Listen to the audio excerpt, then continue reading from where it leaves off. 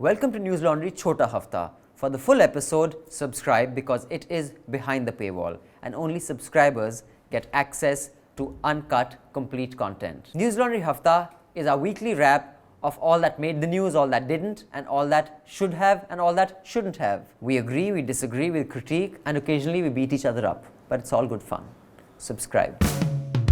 This is a Newslaundry podcast and you're listening to NL Hafta. अंग्रेज अपना लगान और न्यूज लॉन्ड्री अपना हफ्ता कभी नहीं छोड़ते. Welcome to another episode of Hafta in the week when Newslaundry turned 10. ये applause. This is also a slightly different format of hafta because majority of our hafta panelists are on the road. 5 states are going to the polls, as you know. So this hafta we shall discuss with the two people sitting here in the studio, that is Raman sir, hi sir. Hi. And me, Abhinandan Sekhri. And joining us from the road are 4 of our colleagues who are doing some amazing work on the ground. Basant Kumar, hi Basant. जी जी. हाँ, अभी कहाँ पर हैं आप? मैं अभी झांसी में हूँ सर. अच्छा, Basant is joining us from Jhansi. Then Nidhi Suresh is joining us either in Udupi or in Goa. Where are you right now, Nidhi? I'm in Goa. I'm leaving for Udupi tomorrow. Tomorrow you're leaving for Udupi. So Nidhi is in Goa. Ayush Tiwari is joining us from Chandigarh. Chandigarh. Brrr, Chandigarh Karayashki. Okay. Stereotype alert.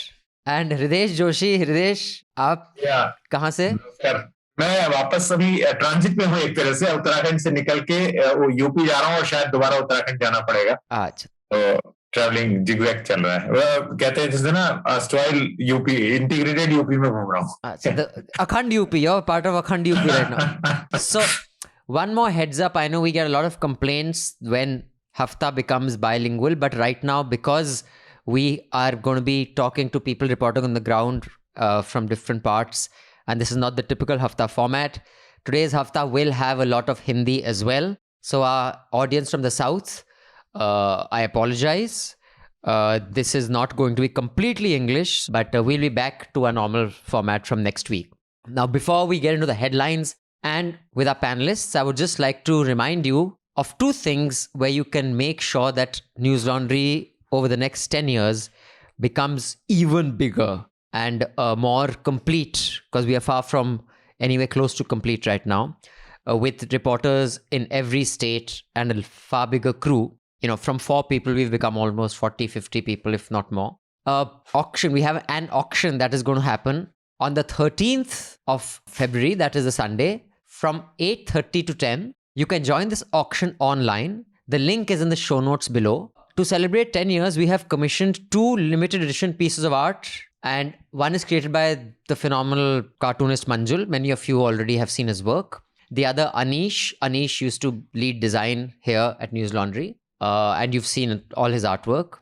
And these 2 pieces, one of a kind, have already been created. So there are only 2 copies of the full size. One is going to be at Newslaundry office. The other will be auctioned. On the other side of this, the entire Newslaundry team will have signed it.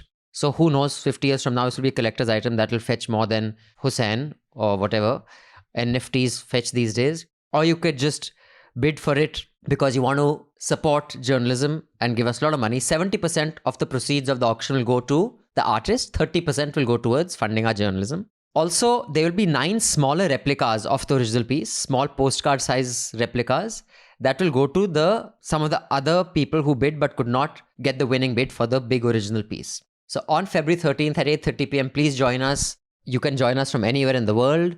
All the details, etc. are in the link in the show notes below. So please do join us for this auction. And while the auction happens over 1.5 hours, Manisha and I will regale you with stories of something of consequence, I hope. So we can just hang out over a drink. Online, of course. Now, on that note, let me just go over the headlines. There was a speech to counter Rahul Baba's speech in Parliament, this time by Prime Minister Modi, where he says Congress has become leader of Tukde Tukde gang. He also used the word urban Naxal. He blamed Jawaharlal Nehru for not sending armed forces to liberate Goa, and many such things. I'm sure our panel will remember other highlights of his speech. He said, had Congress not been there, princes and rulers would have been singing praise of Queen Elizabeth. This is P. Chidambaram said, if Congress would not have been there, princes of Queen Elizabeth. And also P. Chidambaram said that this is the no data alliance, that they don't give data, NDA. Then Mahua Motra said, referring to Prime Minister Modi, does his sinister laugh is like Mogambo Khush Hua? So, of course, it was full of interesting stuff.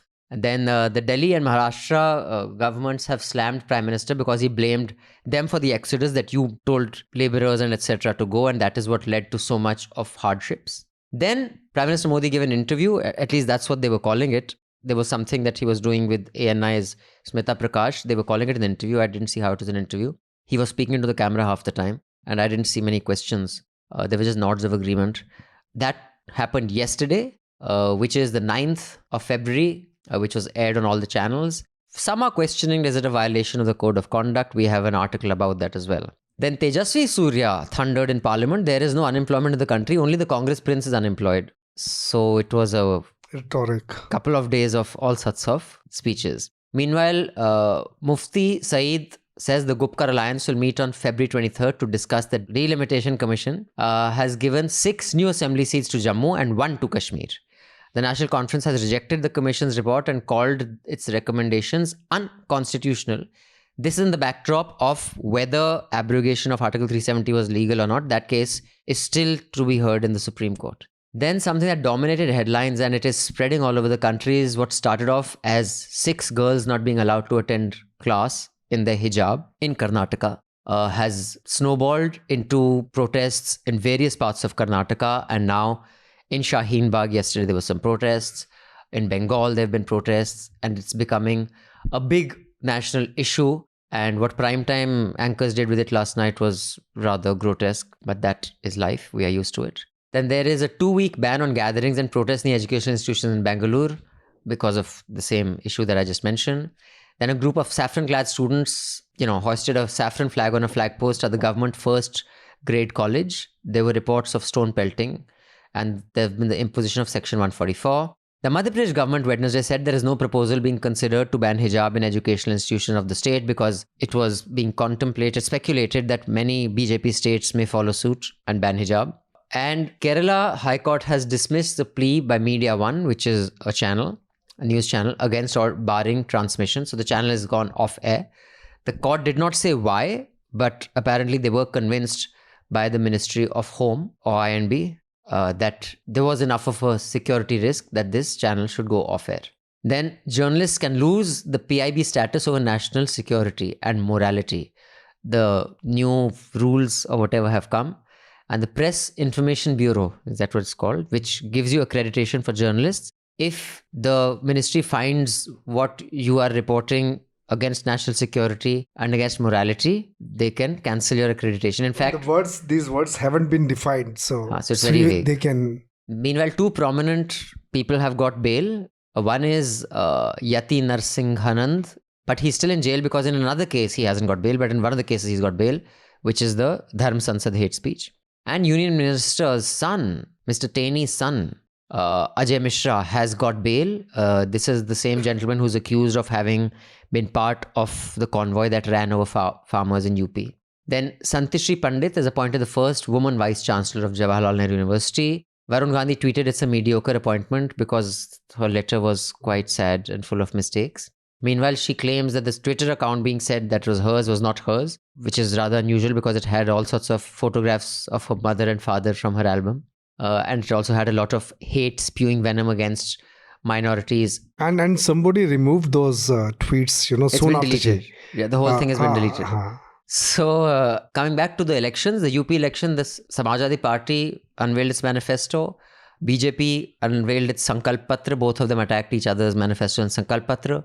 In Uttarakhand, Kejriwal said he will make it the spiritual capital for Hindus. Meanwhile, in Punjab, Sunil Jakhar said that he has quit electoral politics, but he'll remain with the Congress. I think he was scoping to be more relevant as chief ministerial candidate. Although I will say that Navjot Singh Sidhu's interview to NDTV opens all sorts of possibilities. He's still up to his mischief. And Rahul Gandhi announced Channi as the chief ministerial face. Now let's see how that plays out. And importantly, journalistic Fahad Shah, the Kashmir Wala, the editor of that publication, has been arrested for quote-unquote glorifying terrorism and inciting the public. That's what the police says.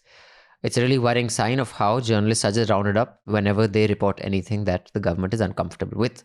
And the centre, meanwhile, claims it has acted against 160, I repeat, 160 TV news channels as their content harmed India's integrity. So this was said in the Rajya Sabha that the action was initiated against 160 channels because this included them being taken off air. This is YouTube, Facebook channels, etc., not broadcast channels. So that's where we are. Now, on that note, we're recording this Hafta on the 10th of February, Thursday at 3 p.m. So let me start off with the person who is furthest away from us, that is Nidhi. Nidhi, you've been in Goa for how many days now? 5 days? No, we reached you on the 1st, so it's actually going to be 10 days now. Oh, 10 days. That's a long time. यार sir क्या है यार दे report कर रहे हैं कि वो 10 दिन मैंने कम से कम 25 रिपोर्ट तो आ जानी चाहिए 10 दिन में.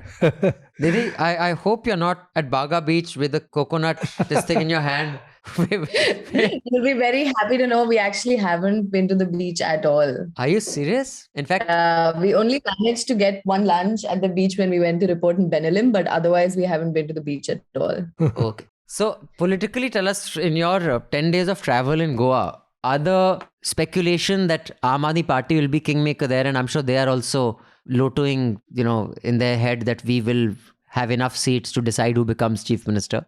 Do you get that sense there? I mean, are they a presence at all? They are a presence, but I wouldn't say that they're going to be kingmakers here because, one thing that you immediately understand when you get on ground in Goa is that Goa has a major insider-outsider politics. They're very protective of their Goan identity, of people who they believe understand them. So they still see Aam Aadmi Party as an outsider party. They still see it as a new party.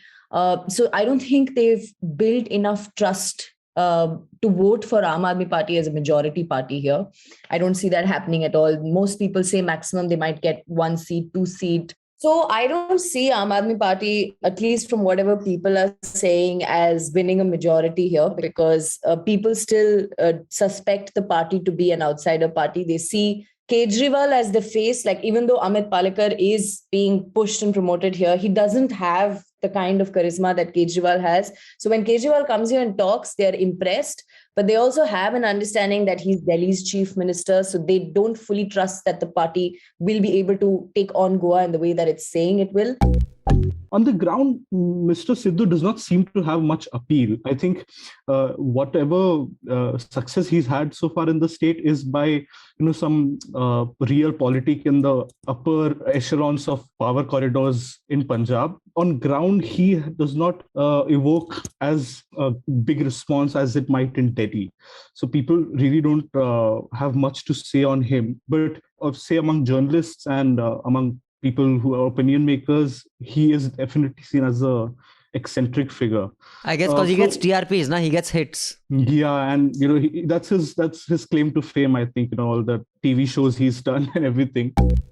अगर हम मुद्दों की बात करें तो किन मुद्दों पे चुनाव हो रहा है, तो उत्तर प्रदेश, बिहार, इन कुछ राज्यों में जब चुनाव होता है तो मुद्दे अचानक से गायब हो जाते हैं और वोटिंग होती है सिर्फ पार्टी को लेकर. आप ग्राउंड पे किसी से भी बात करें तो वो उनके लिए मुद्दे मतलब यूथ को छोड़ दिया जाए जिसके लिए रोजगार एक बड़ा मसला है, तो वो पार्टी को वोट कर रहे हैं, चाहे वो अखिलेश यादव हों. उनको अपने लोकल एमएलए से बहुत परेशानी है, लोकल एमएलए से काफी नाराजगी है, फिर भी वो जो बीजेपी के वोट करते हैं वो मुख्यमंत्री और प्रधानमंत्री का चेहरा देख रहे हैं, योगी आदित्यनाथ का चेहरा देख रहे हैं. जो सपा को वोट करने वाले वो अखिलेश यादव को देख रहे हैं.